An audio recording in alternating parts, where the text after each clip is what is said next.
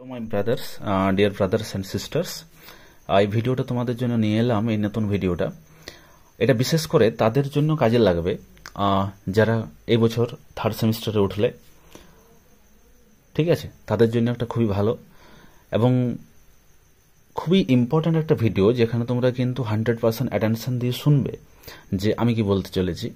তো যারা থার্ড সেমিস্টারে উঠলে তাদের জন্য এই ভিডিওটা, যে তোমাদের কিন্তু একটা সিলেবাস চেঞ্জের কিন্তু ঘটে গেছে অলরেডি। আমি জানি না তোমরা কিছুজন হয়তো জেনে গেছো, বা কেউ হয়তো জানো না, বা অলরেডি পড়াশোনা শুরু করে দিয়েছো 12-এর, তারা কিন্তু খুব ভালোভাবে এটা কিন্তু অবগত হও।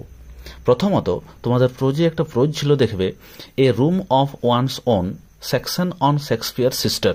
ওকে, এটা লেখা ছিল বাই ভার্জিনিয়া উলফ, হচ্ছেন রাইটার, ইনি লিখেছিলেন। এটা তোমাদের থার্ড সেমিস্টারের সিলেবাসে ছিল।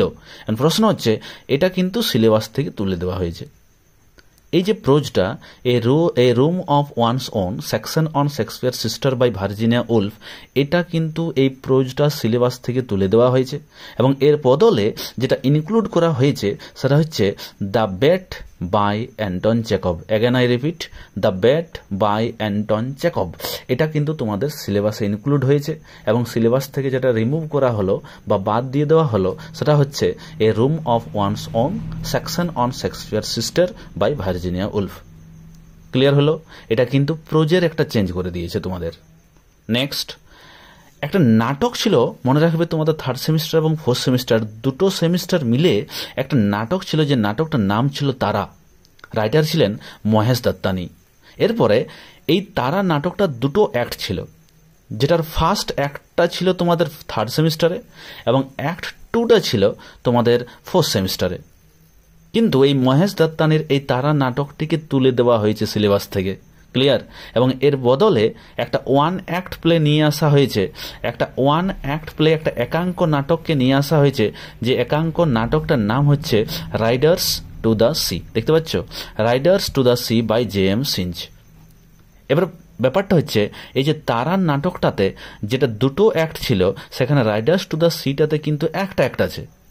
ক্লিয়ার? এবার ভালো করে বুঝবে, তারা নাটকটা যেখানে তোমাদেরকে একটা সেমিস্টার থার্ড সেমিস্টারে অ্যাক্ট 1 পড়তে হতো, এবং ফোর্থ সেমিস্টারে গিয়ে পরে অ্যাক্ট 2টা পড়তে হতো, এখানে যেহেতু তোমাদের একটাই অঙ্কের নাটক বটে, ওয়ান অ্যাক্ট প্লে বটে রাইডার্স টু দ্য সি, তাহলে তোমাদের এই রাইডার্স টু দ্য সি কিন্তু তোমাদের নতুন সিলেবাসে এই যে নাটকটা তোমাদের ইনক্লুড করলো, এই অনুসারে এই থার্ড সেমিস্টার এবং ফোর্থ সেমিস্টার এই দুটো সেমিস্টারই কিন্তু তোমরা পড়বে এই নাটকটা। মানে পুরো বছর ধরেই তোমাদেরকে এই নাটকটা পড়তে হচ্ছে। কিন্তু সব থেকে মজার বিষয় হলো এই পুরো নাটকটা তোমাকে কিন্তু এই থার্ড সেমিস্টারেই শেষ করতে হবে। কেন? কারণ এই থার্ড সেমিস্টারে এই পুরো নাটকটা থেকে 5 মার্কসের MCQ আসছে। আবার যখন তুমি ফোর্থ সেমিস্টার উঠবে, এই নাটকটা থেকেই লং কোয়েশ্চেন পড়বে 5 মার্কসের। আমি আবার বলছি, এই নাটকটা পুরোটা তোমাকে থার্ড সেমিস্টারে শেষ করতে হচ্ছে। কেন? থার্ড সেমিস্টারে যখন পড়ছো, এই নাটকটা থেকে তোমাদের MCQ আসছে। আবার যখন তোমরা ফোর্থ সেমিস্টারে উঠছো, তখন আবার এই নাটকটা থেকেই লং কোয়েশ্চেন আসছে। তাহলে তার মানে পুরো দুটো সেমিস্টারই কিন্তু তোমাকে এই নাটকটা পড়তে হচ্ছে। এবং সব থেকে ইন্টারেস্টিং থিং এটা হচ্ছে যে থার্ড সেমিস্টারে তোমাকে কিন্তু এই নাটকটা শেষ করতে হচ্ছে। ক্লিয়ার? তাহলে এই হচ্ছে তোমাদের সিলেবাসের চেঞ্জের গল্প। একটা প্রোজ চেঞ্জ হচ্ছে, আর পুরো নাটকটা চেঞ্জ হয়েছে।